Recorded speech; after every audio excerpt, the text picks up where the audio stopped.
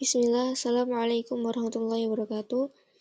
Yang saya hormati dosen pengampu dan teman-teman sekalian, pada kesempatan kali ini kami dari kelompok 13 akan mempresentasikan materi jurnal kami pada mata kuliah Inovasi Pendidikan yang bertemakan pengembangan model pembelajaran melalui internet. Semoga penjelasan ini bisa memberikan gambaran yang jelas dan mudah dipahami oleh teman-teman sekalian. Baik, pertama kita lihat dulu dari latar belakangnya. Nah, di dalam latar belakang ini menjelaskan tentang perkembangan teknologi informasi membuat proses belajar berubah sangat cepat, terutama sejak pandemi COVID-19. Pandemi COVID-19 ini menjadi titik awal di mana pembelajaran secara online menjadi kebutuhan bukan lagi pilihan. Kalau dulu kan pembelajaran berbasis internet ini yang awalnya hanya untuk solusi sementara, sekarang kini menjadi bagian permanen di sekolah dan kampus. Dan sejak saat itu, sekolah dan kampus mulai mengadopsi berbagai metode digital seperti e-learning, blended learning, hybrid learning, dan juga flipped classroom. Adapun teknologi juga ada seperti LMS, video conference, media interaktif, hingga aplikasi AR atau VR juga semakin banyak dipakai. Jadi intinya, perkembangan teknologi telah memaksa kita keluar dari cara belajar yang lama dan masuk ke model pembelajaran baru yang lebih fleksibel dan modern. Inilah mengapa inovasi pendidikan melalui internet sangat penting untuk dipahami. Oke, kita masuk ke pembahasan yang pertama, yaitu tentang model-model pembelajaran berbasis internet. Model-model pembelajaran berbasis internet ini pada dasarnya berkembang karena perubahan pola interaksi manusia dengan teknologi dan meningkatnya kebutuhan pendidikan yang fleksibel, terbuka, serta dapat diakses kapan saja.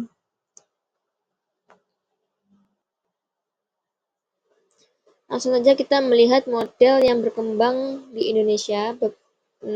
Salah satunya yaitu ada e-learning, yaitu pembelajaran yang memanfaatkan jaringan internet untuk menyampaikan materi, memberikan tugas, serta melakukan evaluasi. Jadi e-learning itu yaitu pembelajaran full online. Ini tuh biasanya digunakan saat guru dan siswa memang tidak bisa bertemu langsung. Contohnya mengadakan kelas via Zoom, materinya diunggah ke Google Classroom, ataupun tugas melalui LMS. Yang kedua ada blended learning, yaitu kombinasi antara pembelajaran tatap muka dan pembelajaran daring. Model ini kan menggabungkan antara dua hal, tatap muka dan belajar online. Jadi misalnya nih, teori diberikan melalui video ataupun modul online, sedangkan latihan dan diskusi dilakukan di dalam kelas. Yang ketiga ada flipped classroom, yaitu siswa mempelajari materi terlebih dahulu secara mandiri melalui video, modul digital, ataupun platform pembelajaran sebelum datang ke kelas. Jadi model ini tuh kebalik dari cara belajar biasa. Jadi siswa belajar materi lebih dulu nih di rumah, misalnya lewat video ataupun PPT yang sudah diberikan guru, lalu di kelas baru mereka membahas latihan dan pemahaman. Jadi cara ini tuh juga mampu membantu siswa lebih siap saat sudah masuk di dalam kelas. Selain itu, ada model lain yang semakin populer, yaitu contohnya seperti hybrid learning, yaitu pembelajaran yang berlangsung secara bersamaan antara siswa yang hadir di dalam kelas dan siswa yang mengikuti secara daring.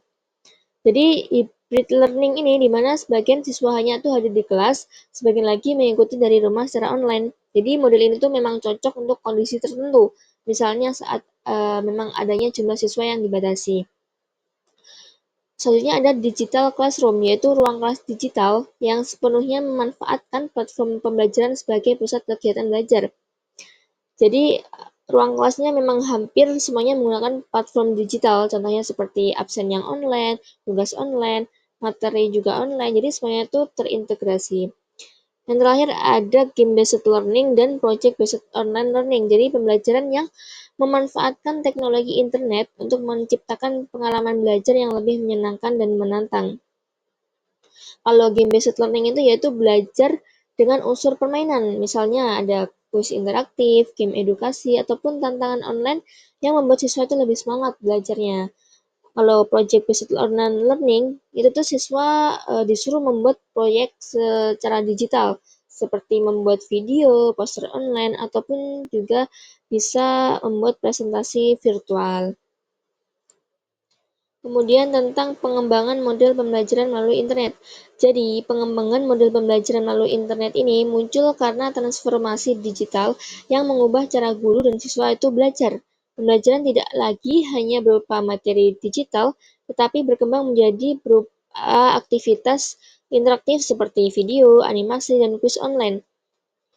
Juga ada model seperti e-learning, blended learning, juga hybrid learning yang semakin digunakan karena memberikan fleksibilitas belajar. Jadi keberhasilan model ini tuh sangat bergantung pada kompetensi digital guru dan kemandirian siswa, serta didukung oleh manajemen pembelajaran melalui LMS.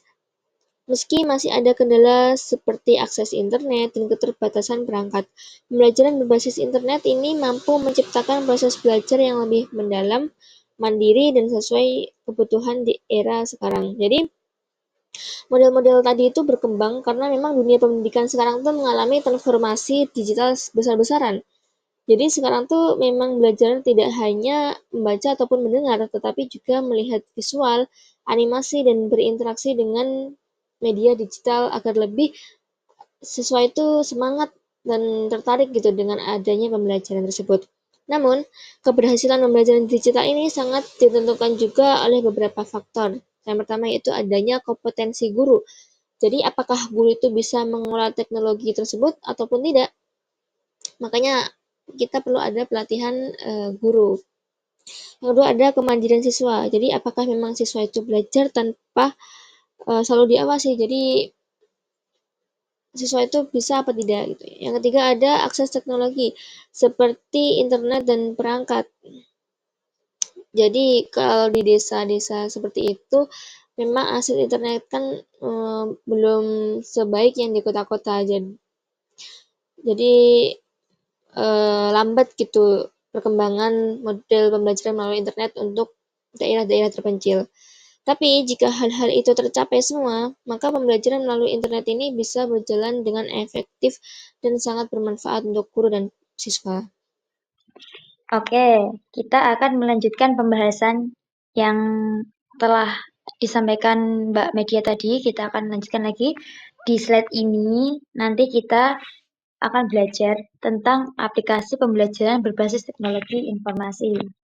Nah, di slide ini akan dijelaskan bahwa nanti kalau aplikasi pembelajaran itu nggak hanya sekedar Zoom atau WhatsApp aja. Nanti juga ada yang namanya perangkat digital, software, juga ada jaringan internet, dan LMS. Nah, yang mana nanti semuanya dipakai untuk bikin proses belajar itu menjadi lebih fleksibel. Kalau kita ibaratkan nih, ya, aplikasi-aplikasi ini tuh kayak alat masak di dapur. Misalnya apa? Misalnya juga ada kompor, ada blender, ada oven, ada apa lagi? Ada magicom dan sebagainya. Nah, memang mereka ini mempunyai fungsi yang berbeda-beda, tetapi kan bakalan nantinya membuat proses memasak itu jadi lebih lebih apa? Lebih gampang dan hasilnya nanti lebih enak. Nah, sama juga dengan pembelajaran ini. Sama juga dengan aplikasi-aplikasi yang mana ini nanti kalau digunakan dengan tepat, itu akan bisa membantu guru dan siswa belajar itu akan lebih efektif, fleksibel, dan terukur. Seperti itu. Untuk Learning Management System, nah LMS ini yang baru-baru kita pakai ini ya, semester ini kita pakai ini. Nah, itu fungsinya buat apa? Fungsinya itu sebagai pusat pengelolaan pembelajaran digital yang mana dia menyediakan fitur upload materi, forum diskusi, penugasan, kuis, presensi, rubrik penilaian, hingga nantinya analisis perkembangan belajar siswa. Jadi, eh, kalau diibaratkan, biar mudahnya aja, LMS ini itu kayak lemari pakaian yang besar, yang mana lemari itu ada punya banyak laci. Nah, misal baju harian ada di lacinya sendiri, baju seragam ada di lacinya sendiri, Terus bahkan aksesoris pun juga ada tempatnya sendiri. Jadi nggak perlu muter-muter nyari itu loh, semua sudah tertata.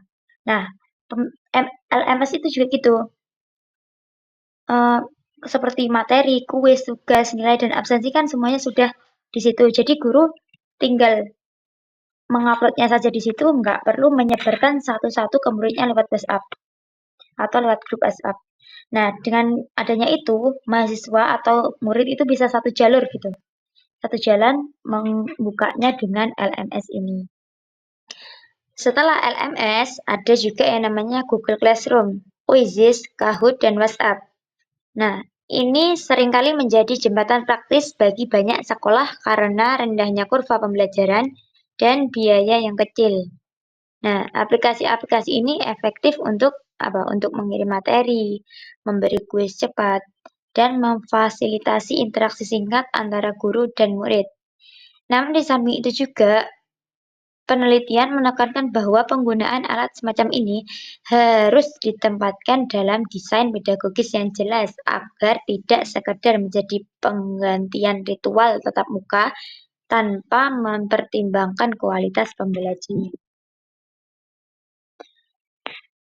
Aplikasi ini tuh kayak ini loh, alat cepat dan praktis yang dipakai di sekolah. Nah, kenapa kok banyak sekolah itu memakai aplikasi ini? Ya karena itu, kembali lagi karena pertama mudah, terus gratis. Kemudian untuk mengakses materi apa namanya? Mengakses aplikasi ini tuh tidak perlu HP yang mahal gitu. Tapi perlu diingat dengan catatan penting bahwa aplikasi ini tuh jangan hanya menjadi tempat guru melempar tugas, tetapi di dalam tugas tersebut harus ada desain pembelajarannya.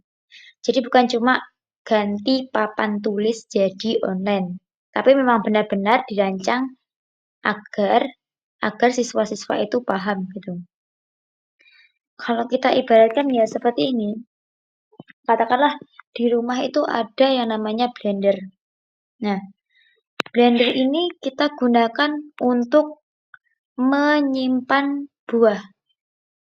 Itu tempatnya bukan menyimpan buah di blender itu tempatnya bukan. Tentu bukan. Blender itu gunanya untuk menghaluskan buah, bukan untuk menyimpan buah.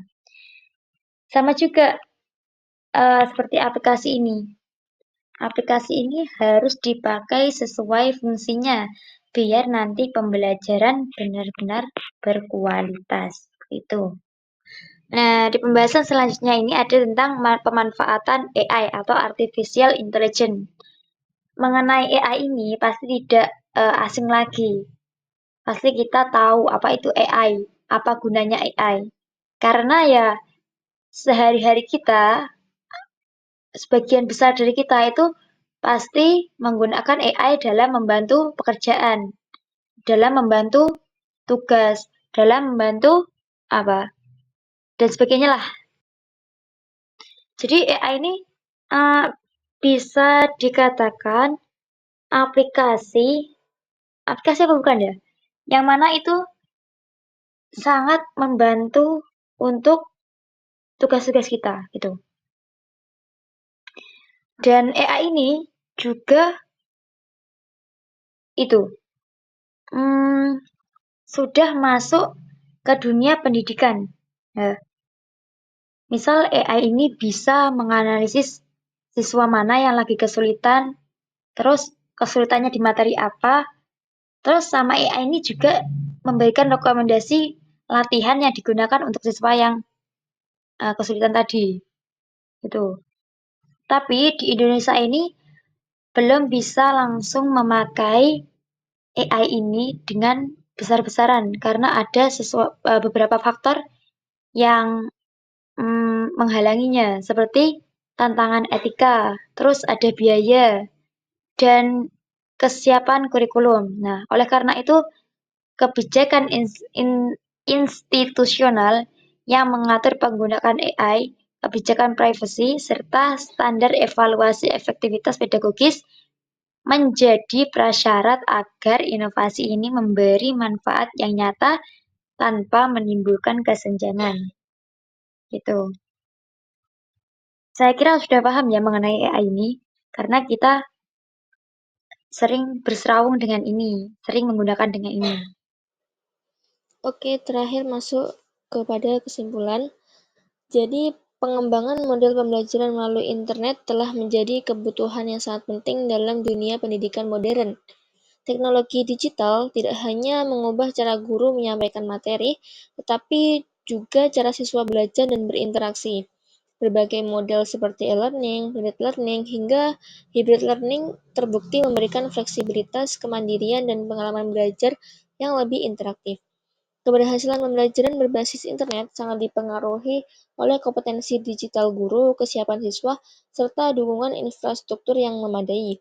Meskipun masih terdapat hambatan seperti keterbatasan perangkat dan akses internet, penggunaan platform digital, LMS, dan berbagai aplikasi pembelajaran mampu meningkatkan kualitas proses belajar. Secara keseluruhan, pembelajaran berbasis internet bukan lagi sekedar alternatif, tetapi telah menjadi bagian permanen dan strategis dalam pendidikan untuk mempersiapkan peserta didik yang siap menghadapi tantangan di era digital. Sebagai penutup, pembelajaran berbasis internet ini saat ini bukan lagi opsi tambahan, tetapi memang sudah menjadi kebutuhan dasar di dunia pendidikan. Mungkin itu saja yang bisa dapat kami sampaikan. Terima kasih yang sudah menyimak sampai akhir. Semoga penjelasan ini membantu kita memahami bagaimana inovasi pendidikan itu berjalan di era digital ini. Sekian dari kami. Wassalamualaikum warahmatullahi wabarakatuh.